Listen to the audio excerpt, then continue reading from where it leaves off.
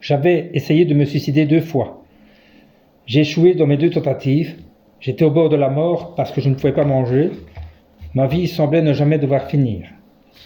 Jusqu'à la dernière année d'école secondaire, j'étais souvent absent d'école parce que j'avais accidentellement heurté mes côtes en jouant à un jeu de boxe avec un élève de cycle d'orientation lorsque j'étais en 4e primaire. Ma fierté ne me permettait pas de me confier à quiconque, pour quelle raison que ce soit. J'étais trop timide pour révéler que j'étais blessé. La douleur dans mon corps devint plus intense et cela m'obligea de m'absenter à de nombreuses reprises de mon école secondaire. Mes points ont chuté tellement que j'ai renoncé à entrer à l'Institut supérieur cette année-là et j'ai décidé de solliciter une inscription pour l'Université nationale de Séoul pour l'année suivante. Ma seconde année de préparation pour l'admission à l'Institut supérieur m'a donné une opportunité valable de tester mes capacités. Je ne dormais pas plus de 4 heures par jour, je prenais des pilules pour rester éveillé et j'ai même établi mes propres règles pour me punir moi-même si je me levais en retard le matin. Si je ne me levais pas dès que le réveil sonnait, je commençais à compter 1, 2, 3. Si je passais 3, je ne mangeais pas de petit déjeuner. Donc, afin de ne pas avoir faim, je me levais à temps. Chaque matin, je me rendais à la librairie publique afin d'étudier pour l'examen d'admission à l'Institut supérieur. Parce que j'étudiais tellement fort, je m'améliorais jour après jour. J'aimais étudier et j'étais heureux parce que j'étais sûr que j'entourais la faculté d'ingénieur de l'Université nationale de Séoul. Un jour, il m'arriva quelque chose d'étrange. Bien sûr, j'ignorais ce proverbe. Le cœur de l'homme médite sa voie, mais c'est l'Éternel qui guide ses pas. Proverbe 16, 9. Pendant une pause, je lisais un journal, mais je ne pouvais pas me rappeler le nom du président dont je regardais la photo. Quel était son nom? Je ne parvenais pas à me rappeler. Qu'est-ce qui ne va pas avec moi? Pourquoi ne puis-je me souvenir? Je me suis concentré pour me souvenir de son nom, mais je ne pouvais pas me souvenir. Ah oui, Yi, son nom de famille est Yi. Pourquoi ne me souviens-je pas de son prénom? Peut-être ai-je trop étudié. Comment puis-je oublier une chose aussi simple? Me sentant un peu bizarre, j'étais perdu. J'essayais donc de mémoriser ce que j'étudiais. Une formule mathématique. Qu'en est-il des facteurs? Rien. Que se passe-t-il avec moi? Je ne puis même plus me rappeler des choses simples. Une présence inquiétante me saisit. Qu'en est-il de la langue nationale? J'essayais de mémoriser un ancien poème, mais je ne pouvais pas me souvenir du nom du poète ni du titre du poème. J'étais choqué, effrayé. Qu'est-ce qui ne va pas avec moi? Ai-je perdu toute ma mémoire? Ou ai-je simplement des absences? Comment cela peut-il se produire? Je ne pouvais pas dormir de toute la nuit. Le lendemain, je me suis à nouveau testé si oui ou non je me serais capable de me rappeler de ces choses que j'avais étudiées depuis des mois. Je ne me souvenais plus de rien. Malgré avoir essayé avec application, il me semblait tomber dans un profond puits. Je commençais à remettre en question la valeur de ma vie et cela me choqua. Je réalisais que je n'avais aucune raison de vivre dans ce monde. Ce serait mieux si j'étais mort. Alors je ne décevrais pas mes parents en n'accomplissant pas leurs désirs.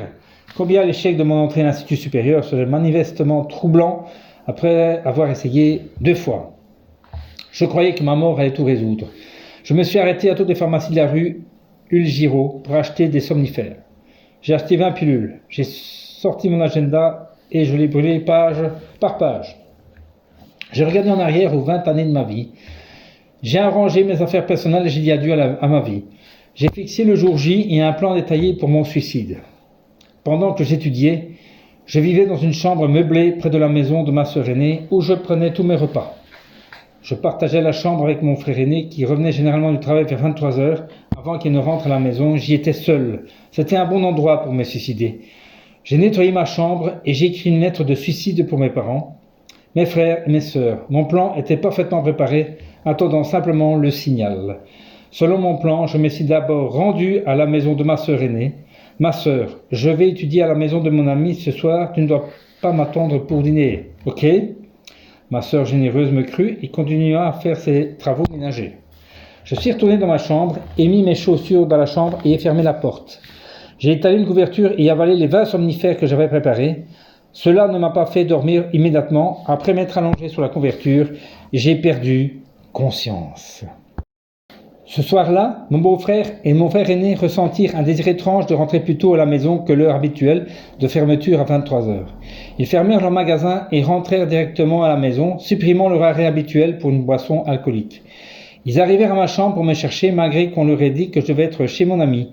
Ils me laissaient généralement seul pour ne pas interrompre mes études, mais ce soir-là, ils arrivèrent à ma chambre et trouvèrent la porte fermée. Ils furent troublés et ils la forcèrent et me trouvèrent couché comme un cadavre. Ils me conduisirent immédiatement à l'hôpital. J'avais pris trop de pilules et trop de temps s'était écoulé, de sorte que, selon le médecin, il était impossible pour moi de revivre. Cependant, je repris conscience en peu de jours, et rapidement, je pus revenir à ma vie normale. Tout le monde dit que mon réveil était un miracle. J'ai réalisé que ce vieux proverbe était vrai, la vie et la mort sont providentielles. À cause de cette expérience, j'ai décidé de présenter mon examen d'entrée. De toute manière, je devais faire de mon mieux. Avec persévérance, j'ai sollicité pour mon objectif à long terme d'entrer à l'école d'ingénieur de l'Université nationale de Séoul. J'ai échoué et ainsi je sollicitais à l'université Hanyang et je réussis. Ceci est le récit de ma première tentative de suicide. Ma seconde tentative de suicide. J'ai encore une fois essayé d'attenter à ma vie. Lorsque j'étais malade, personne ne prenait soin de moi. Même ma femme s'est enfuie. Je désirais donc la mort à n'importe quel moment. J'ai acheté et accumulé des somnifères pour ce but. Lorsque ma femme m'a abandonné, mon dernier espoir s'effondra. J'ai pris les somnifères et attendu la mort. J'étais un dur à mourir. Ma femme, qui se trouvait chez ses parents, n'a pas pu dormir ce soir-là. Quelque chose a dérangé dans notre maison. Son sentiment d'insécurité l'a amené à prendre un taxi pour venir me surveiller pendant que je mourais, et ma seconde tentative a aussi échoué. Peu importe la force avec laquelle j'essayais, je ne puis pas mourir. Alors je ne pourrai plus follement essayer de me suicider. Ma vie ne m'appartient pas, mais elle est providentielle. Je suis comme l'oiseau qui ne meurt jamais. Depuis ce moment, j'ai un fort désir de vivre au plus profond de moi. L'ardent désir de vivre a allumé un feu. Mes tentatives de mourir de manière inattendue m'ont apporté un puissant désir de rester en vie. Je ne pensais plus à me suicider. J'ai vécu pour me venger. Lorsque j'étais malade, beaucoup de gens m'ont harcelé. Ma propre mère, ma moitié, ma femme, les membres de ma famille et mes proches. Au plus ils me harcelaient, au plus je voulais vivre avec ténacité. Tout comme la lave qui explose d'un volcan, j'avais quelque chose de chaud dans le fond de mon cœur, avec quoi j'allais me venger d'eux. Ma mère, pourquoi dois-je mourir? Je te montrerai. Tu me verras en bonne santé dans l'avenir. Chérie, je t'apporterai plus d'argent que ce que tu n'as jamais voulu. Attends seulement ce temps-là, tu seras confuse. Ma belle-mère, ne me traite pas comme cela, tu vas le regretter. Qu'arriverait-il à mes filles si je mourais? J'avais une autre raison de survivre. Mes filles, comment misérablement elles ont été élevées parce que j'étais malade. Je devais vivre pour compenser pour mes filles ce qu'elles avaient perdu. J'étais un mauvais père pour elles. Lorsque j'étais malade et que mon cœur était blessé, je me suis souvent fâché contre elles. Je les ai traitées avec colère au lieu de leur montrer de l'amour. Le plus souvent, je pensais à elles de manière irritée. Elles devaient grandir dans l'amour. Si je meurs, qui leur donnerait de l'amour? Je dois rester en vie pour accomplir mon devoir de père. Pendant que je vivais, ils ont maltraité et harcelé mes filles. Si je meurs, quel traitement mauvais devront-elles subir en tant qu'enfant d'un seul parent? De plus, ma seconde fille, qui avait été sevrée trop tôt, était séparée de ses parents. Ma femme ne se soucie pas d'elle. Qui d'autre s'occuperait d'elle si je mourais? Je devrais rester en vie pour moi-même d'abord. Ma vie m'appartient. Personne ne peut vivre à ma place. Rester en vie, je dois faire mon travail en tant que père et en tant que mari. Je dois vivre pour restituer à tous ceux pour qui j'étais un fardeau. J'ai fermement décidé de rester en vie pour rendre ma maison douce et heureuse. Je dois rester en vie pour accomplir mon devoir. Si je garde ma conscience, je peux sortir vivant de la tanière du tigre. Je commençais à ressentir une forte aspiration à vivre. Après avoir été aussi proche de la mort, je gagnais un espoir de vivre une bonne vie digne. Les 7 longues années de ma vie dans la vallée de la mort m'ont par conséquent apporté une espérance pour un meilleur futur. Ma sœur aînée. Lorsque les grenouilles se réveillaient de leur hibernation et que le vent froid disparut en présence de la floraison des boutons d'or, le printemps vint aussi à moi. 1974 était ma 7e année de vivre une vie abominable dans la vallée de la mort. Je ressentis du plus profond de mon cœur un urgent désir de sortir quelque part pour me réjouir de ce printemps. Aucun membre de la famille ni aucun visiteur n'était venu me visiter. Un jour, ma 2e sœur aînée vint me rendre visite. J'étais tellement heureux de la voir. C'était comme de rencontrer une oasis dans le désert. Les gens ainsi que leur amour m'avaient réellement manqué. Ma seconde sœur aînée était fermière dans notre ville natale. Parfois, elle venait visiter ses enfants qui étaient à l'école à Séoul. C'était un temps de grande activité pour les fermiers, c'est pourquoi sa visite m'a étonné. « Oh ma sœur, qu'est-ce qui t'a fait venir ? J'ai quelque chose à faire à Séoul, mon frère. » Elle semblait heureuse comme un enfant. Elle me parla de tout et de rien qui lui était survenu depuis notre dernière rencontre. Nous nous sommes réjouis de converser pendant un temps assez long. J'étais heureux de la voir tellement enthousiaste. Elle s'arrêta de parler et me demanda avec précaution « Frère, veux-tu me faire une faveur ?» J'étais curieux parce que je n'étais capable de rien faire pour personne. « Ne te l'ai-je pas déjà dit ?» Je voudrais réellement visiter un endroit à Séoul. C'est la maison de prière Yeonun Shinae située à Sodaemun. Ton frère m'a permis d'y aller cette fois.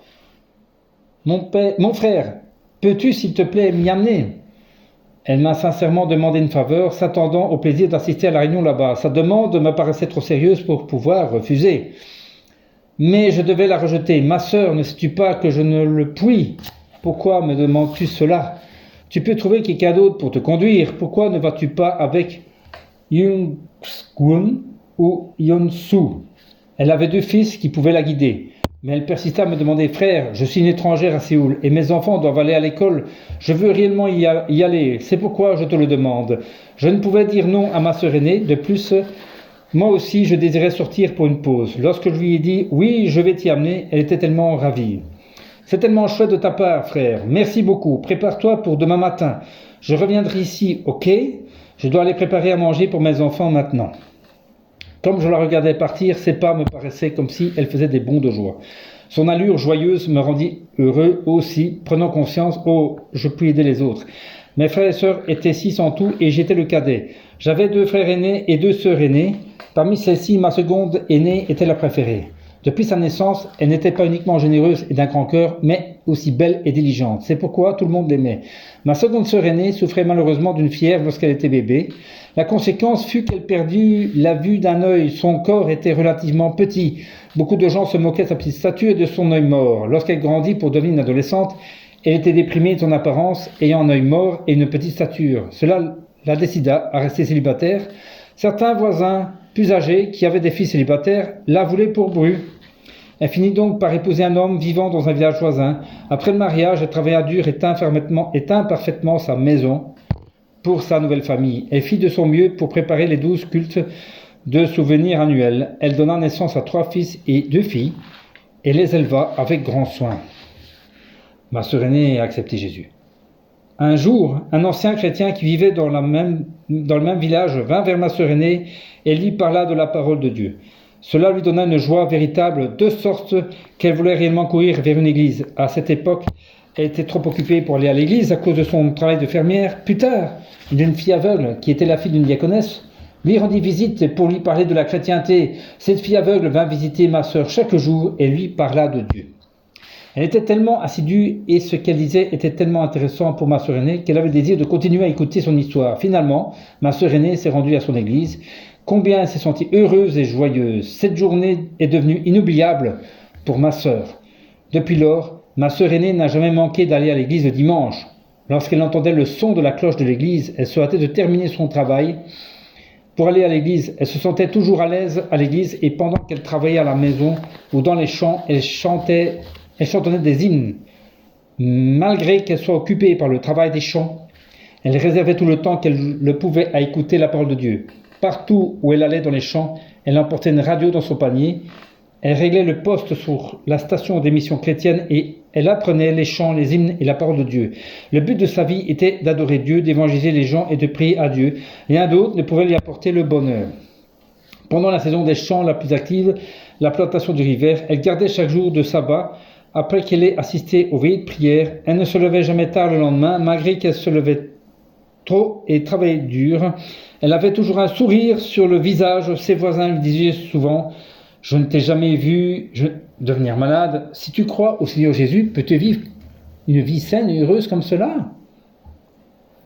Alors, elle ne ratait jamais une occasion de leur prêcher l'Évangile.